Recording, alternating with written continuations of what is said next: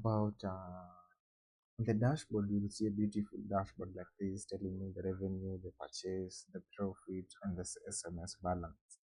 The cash flow chart, graph, and yearly report, recent transaction, best sellers, best seller in quantity, and the top 5 of the year, top 5 of the month, and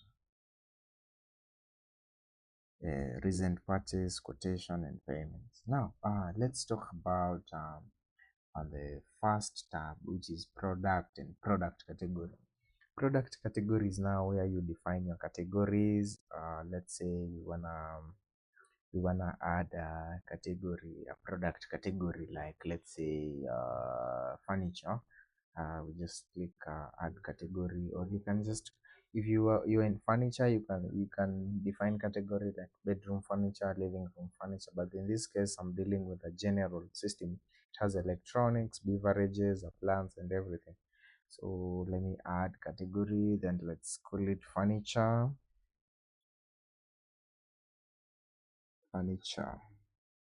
And it has no parent category, so we leave it as a parent, as the main category. So if you want to have an image sample, you can download, let's say, furniture icon.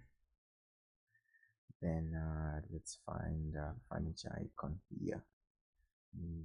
But you can avoid, you can ignore using the furniture icons and everything. So let me do this, or let me use this one. So image, yeah, JPEG. Then we go to Leesify, we choose the image, here it is, open, then we submit.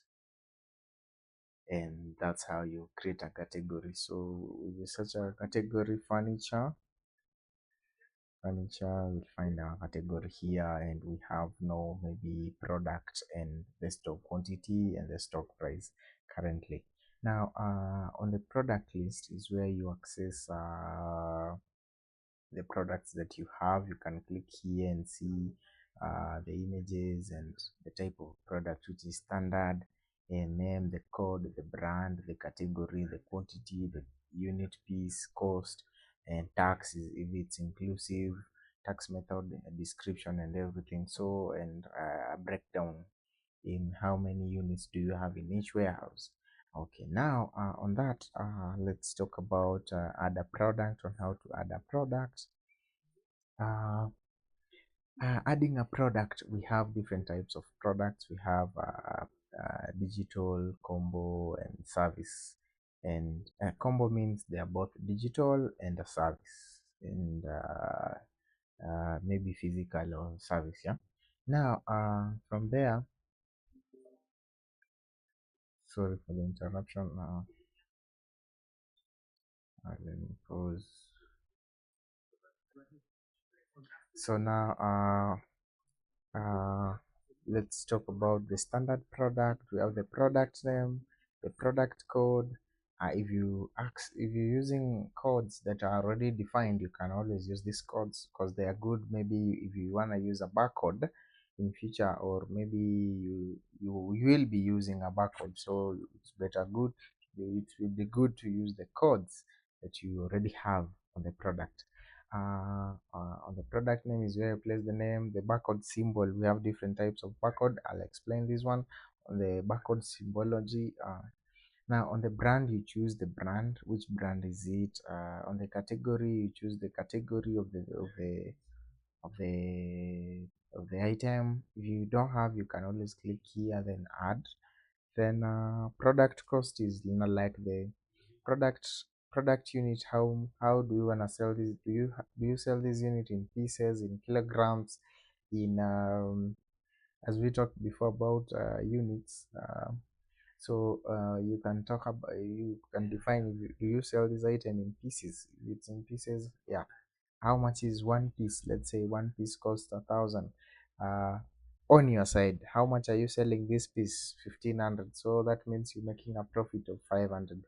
These figures will be used before back then to calculate the profits and everything.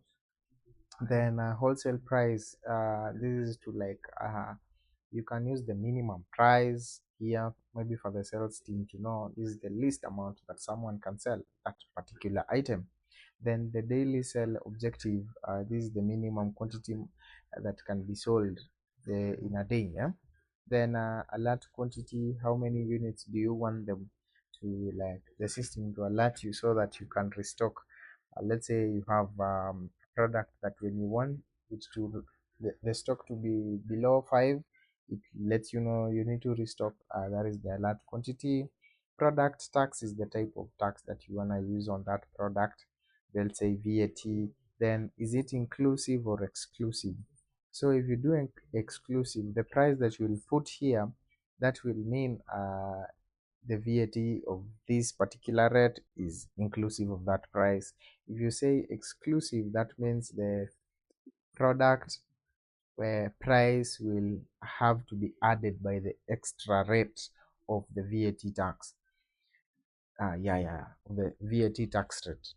Then initial stock, if you already have items, let's say you just adopted this system and you already have items in shop 1, you can put the quantity. In shop 2, you can put the quantity. On the featured section, this one will display the products in the POS area, which is actually here. So every featured product will appear here. These are the featured products. Then what else? Product image, you can always upload here. You can just drag this way, or you can leave it that way. If you don't have an image, you don't need to use image. Then product details, if you want to write a description, and then this product has a variant. If you check this one, will allow you to add variants. Let's say the size, if it's a t-shirt, let's say XL, XL, and everything. Now here is where you define the variants. Let's say the XL, it's 500, right? This is the value 500. Then XXL is the additional cost, then or the additional price of the item. Then this product has different prices. If it has different prices across the warehouse, you can put price for the shop 1, price for the shop 2. Then this product has EMI of serial numbers. If it has EMI of serial numbers, this may be an electronic device on something. Then do you want to add a promotional price on this item? Maybe as you see on before, when we wanted to print a barcode, we could choose either we want to display the promotional price, and that is how you define a standard product. A combo product is the same. You add the product and the product cost and the product price, the initial and everything. If you want a combo, let's say it's a service and the code, then you add the product between the service and the standard product. Then if it's a digital, you can also upload the file. Then select the brand where it is belongs. Let's say it's a software. So once the client buys, it emails the client on how to download. How many items do you have in shop 1? How many items do you have in shop 2? The same thing. Does it have a promotional price? Yes. If yes, if you know, you just uncheck. Then print barcode is where now you print the barcodes.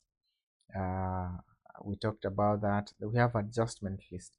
Adjustment list is now where you play with the stock. Let's say you've minused the stock and you don't want to interfere with the stock numbers.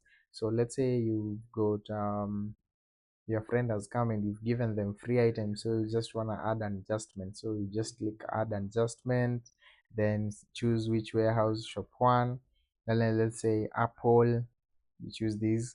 Then are we subtracting or adding? So let's say we are subtracting. So when we do subtract one item, how many units are we subtracting? If you use let's say we are subtracting 2, that means if the initial stock was 10, it will come to 8. If you are adding, if it was 10, it goes to 12. If there is a note you can write, I gave this to a friend and everything for you to record the data and work with it later. Then on the stock count is now where we define actually we want to count the stock. To add a stock count, you just click count stock, then you define which warehouse do you want to do the count. Then let's say shop one. Then do you want to do a partial or a full? A full counts every product or service in the system and every item that you place in the system. But if it's partial, you can choose the category to count. If you want to count how many cases do you have, you can choose the partial. In this case, let's just use the full. Then we submit. Once it submits, it will create a file like this way. It was a count on this date and the reference code and the shop and the category if it's a partial, the brand if it's a partial, then the type was full. Initial file, this is the file that you download. You click here download, then it downloads the file into a CSV format. You can open it. Now you can see we have